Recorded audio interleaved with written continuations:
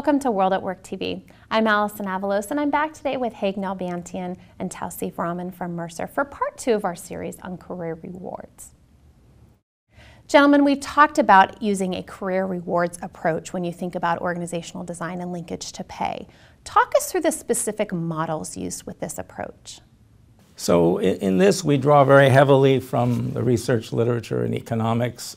It's kind of a hidden literature. Economists are steeped in it. They talk to each other about it, but it hasn't really filtered out in the world of practice sufficiently. Kind of modified those models to develop certain templates or paradigms for each. So we talk about a bonding model. It may be more like the Alex Rodriguez model, where you're trying to get the long-term commitment. So you need people to prove their worth early on, so you actually pay them less than they're worth early on. And as they demonstrate productivity and value, their pay rises at faster rates with tenure, and you end up for a period of time paying them more than they're worth. And that's part of the deal. What is necessary to make that an economic model is there has to be a termination date. So imagine Alex Rodriguez's contract without an end date. Now that that would make you upset. That would make everyone upset. There had to be an end date. Now, that may seem like a trivial observation, but if you think about it, a lot of organizations today who have backloaded pay systems got rid of the term date. They have it open-ended. Why? Because they got rid of their defined benefit pension plans. And in that circumstance, they have pulled out from the organization the incentive for people to retire voluntarily once eligible. The DB plan, it has lots of challenges and problems, I'm not going to deny that, but one real strength is when you're eligible to retire, you have an incentive to retire, and with each year you stay on, that incentive grows bigger because you're forfeiting income forever that you could be earning without working at all. Whereas in your DC plan, it's your balance, you own it, up and down with the market, the company doesn't control those incentives. So this speaks to the system nature. If you have a bonding model, you need people to come and stay, you backload their pay and earnings, but you need some mechanism for them to leave on time. Another model is what we call the membership model. In economics, it's called the efficiency wage model. And essentially, it is the notion that, well, we just pay premium. All right, so our value proposition is a premium package. You're paid more than competitors. You have better working conditions. You get to do the best thing. There's real cachet, and they're overt in saying, we will pay you more. What keeps the discipline to make that model economic is a viable threat of termination, right? So long as you are a bona fide member and you do your duties, you fulfill the goals, you carry your weight, you preserve this cushy situation. If you slack off and you're not pulling your weight, you don't get to keep that cushy situation, and that provides the incentives for people to perform. And then the third, which is probably the predominant model, it's called the tournament model. It's essentially saying we run a contest, and the way you grow your earnings is by being good enough or lucky enough to advance up the career hierarchy. To Tauseef's point, most hierarchies have a pyramidal shape, so the probabilities of promotion decline with career level. Getting older as you move up, so the amount of time you will have to earn and enjoy those prizes gets smaller and smaller, right, as you move up. So the corresponding pay differentials or total comp differentials get bigger and bigger as you move up. So the effectiveness of a tournament model is based on the calibration of promotion probabilities with pay differentials, and you'd be looking to see that nice convex shape that says with each rise in career level, I'm getting bigger and bigger earnings. That's what keeps people in the game. Even as probabilities decline, they're still hanging in there, working hard, competing with each other to demonstrate their value and move up. The positive side of that is it allocates risk better because people are working under similar conditions, so it's not based on raw performance outcomes that are highly variable based on conditions. It's relative performance, and that's a strength from a risk perspective.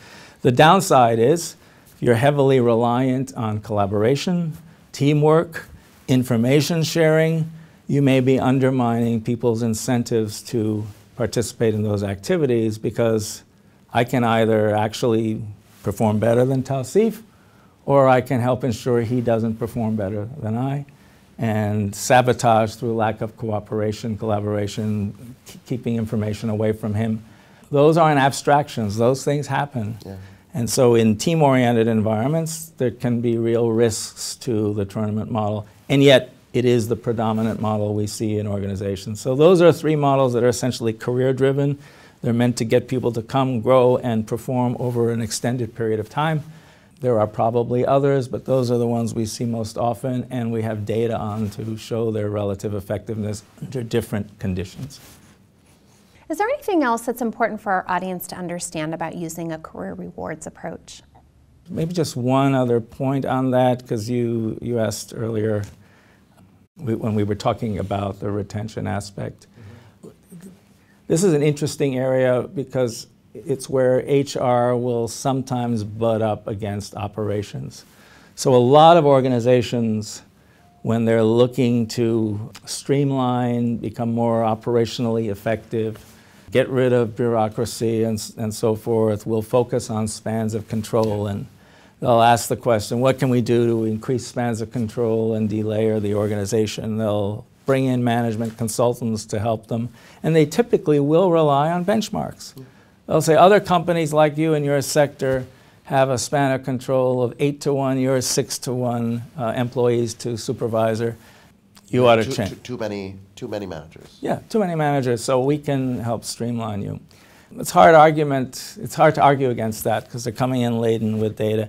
We worked with one of the larger pharma companies, global pharma companies, a few years back, and that's precisely what was happening. They had management consultants in the organization pursuing that angle, and they were on the road to a delayering exercise and increasing spans of control.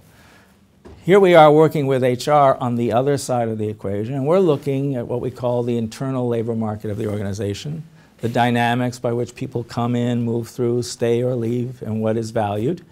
And we build our predictive models, what predicts retention, what predicts advancement, what predicts performance, what predicts pay. And as we looked across it, there was a very uniform result that supervisors really mattered. And employees in groups whose supervisors had lower spans of control were much more likely to perform better, were much more likely to advance, and were almost 200% more likely to stay with the company, particularly up-and-coming high talent. When we looked at the overall strategy, we saw that they're a build from within organization, and they have an incredibly strong career structure. Their career rewards were beautifully calibrated. So all of this is working. It's dependent on these layers of hierarchy. For that whole system of talent and rewards to persist and thrive, they needed people in those career levels. The ops folks are not looking at that. They're looking at benchmarks, cost. They're making conclusions. They're drawing their conclusions without any understanding of the repercussions on the largest cost this organization has, which is their talent. So armed with this knowledge, the HR organization was able to go and sit at the table with the finance folks, with the ops folks, and say, okay, you know, maybe no one is going to deny there may be opportunities to streamline and find greater organizational efficiency. However, we have to be really selective because we know how important those supervisors are to the maintenance of this career reward structure. They're not just operational practitioners on the front lines. Their slots are the process through which knowledge is conveyed, people are motivated, and people have an opportunity to stay and grow with us. So we have to consider that career component as well.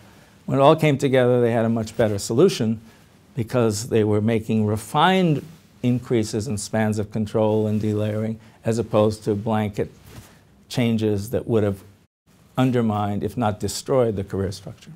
Following up with what Haig was saying about the example, there's things that are covered in the news and things that are mentioned as if they're fact. And an example is, how many levels away from the CEO is the last line? I mean, yeah, right? Yeah. As if there's a definitive relationship that the higher number, the worse it is, right? And people talk about that, and you know, activist shareholders will say too many layers. consulting firms will say, too high a span of control, as if there is this very clear night and day relationship between number of levels, high is bad, low is good, right? But so untrue, and factually backed up by a lot of work. And it's a lot of these mental shortcuts that people think of. Yes, fewer levels could be good. They could equally just be as bad, right? It's how they're designed. If it's poorly calibrated, yeah, it's bad. If they're well calibrated and it's working and it's resulting in the desired objectives of the business, then it's great. So, but I think people sometimes focus on a number and a quick statistic without really thinking about the system implications. The system, the environment, the culture. So we could show you examples where if you're reporting to someone who's significantly more distant from you hierarchically than a comparable colleague, you're more likely to leave.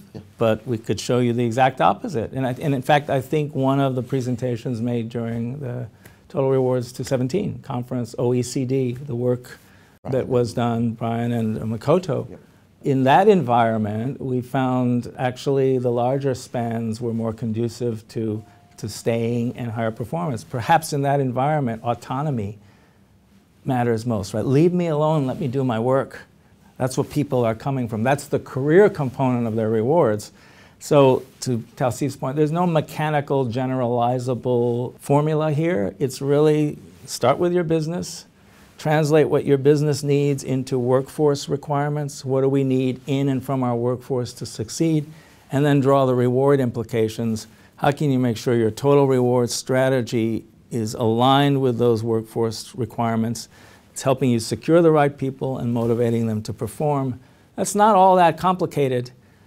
It's really enhanced in this age of big data by our ability to do the analytics and understand how your internal labor market is working. Thank you both. For World at Work TV, I'm Alison Avalos.